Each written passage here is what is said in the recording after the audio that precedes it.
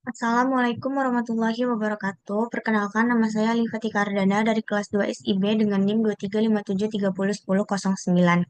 Pada pertemuan 11 ini, saya akan menjelaskan tentang authentication. Untuk langkah yang pertama, ada CRUD user, di mana kita harus mempersiapkan CRUD untuk data user dengan tiga inputan, name, email, dan password. Terapkan penggunaan hash, make untuk mengencrypt password user. Pertama, kita pergi ke user controller. Di sini sudah ada public function index dengan isinya itu page data user, terus return view-nya tuh ke admin user index. Untuk di public function create-nya juga sudah ada. Di store-nya kita pakai request validate, ada nama, email, sama password-nya. Terus return redirect ke user list dengan kalau sukses itu membawa informasi penambahan data berhasil.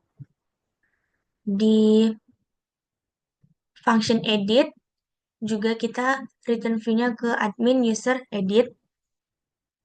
Untuk di-update, kita menggunakan request validate juga dengan nama email dan password tadi. Lalu untuk menghapus, untuk di-destroy, ada user, find or fail, delete. Nah, ini adalah penggunaan hash-nya. Di sini, hash make request password. Lalu, eh, lalu kita tuh pergi ke views, kita tuh buat views untuk user. Di sini ada create, edit, index, sama dashboard. Nah, di sini kita sudah menggunakan partial view, di mana itu tuh lebih singkat. Jadi isinya itu, nah si extend ini diarahkan ke layout admin app. Untuk sectionnya itu tuh ada konten. Di sini ada logika, sudah ada logika. If error any ini, lalu ada user store-nya. Nah, di sini tuh ada nama, email, sama email aja. Untuk diedit juga sudah partial view. Di sini tuh ada logikanya juga, ada if error any. Lalu di sini ada user update, ada nama, email, sama passwordnya. Di index itu juga sudah partial view, extendnya ke layout admin app. Di sini tuh udah ada if session sukses. Lalu ada nama, email, sama password. Ada user edit dan user destroy. Kita lihat dia. Ini kita coba ulang. Nah, tampilannya tuh akan seperti ini. Dia itu ada di user. Tadi saya sudah menambahkan. Kita coba tambah data satu lagi. Namanya tuh Bluely. Emailnya bluely123.com. Lalu passwordnya bluely123. Coba kita save.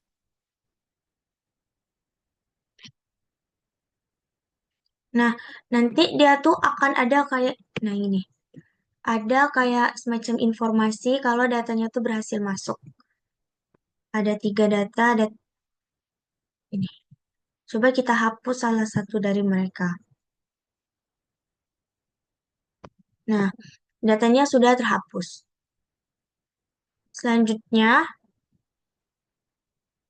langkah 2 ada autentikasi email dan password. Selanjutnya, sesuaikan function login pada out controller.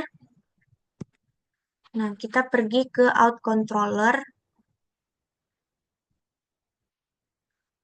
Untuk function index-nya, return view-nya itu ke login form.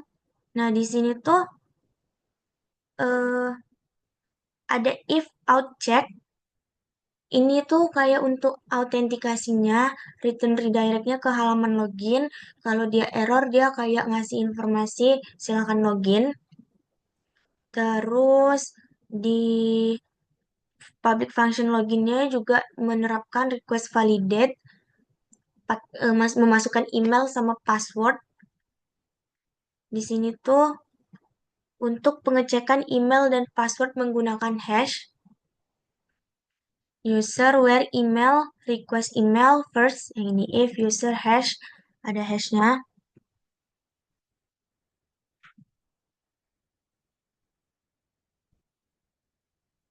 Lalu out login user return session flash reset error.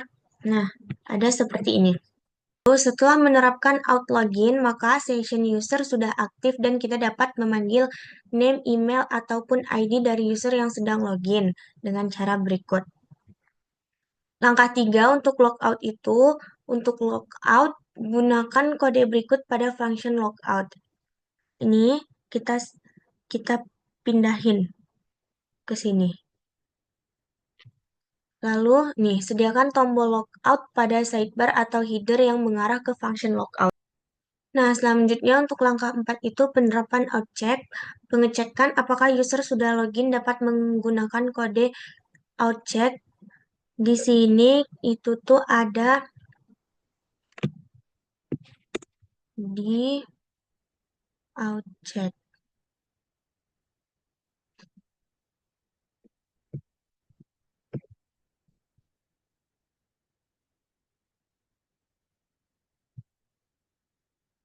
Nih, di sini, nih, nih, sama di dashboard ada juga. Nah, ini, nih, outcheck.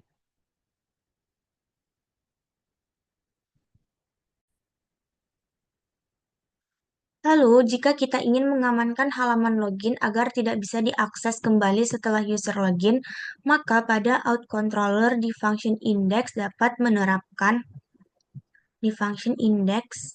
Nah, di sini dapat menerapkan if outcheck ini. Lalu, jika ingin mengamankan halaman dashboard agar hanya bisa diakses oleh user yang login, maka pada dashboard controller di function index dapat menerapkan ini sama yang tadi if out check itu. Tetapi cara di atas hanya akan mengamankan function index untuk tidak bisa diakses. Untuk function lainnya seperti edit, create, store, dan destroy harus diterapkan juga sehingga akan banyak kode berulang dan tidak efisien. Langkah terbaik adalah tetap menggunakan middleware dalam mengamankan sekaligus function. Nah, lalu kita kembali untuk coba login.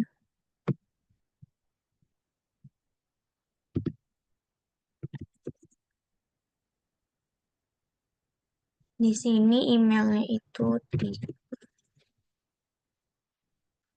passwordnya 3 tralala tralala 1 2 3.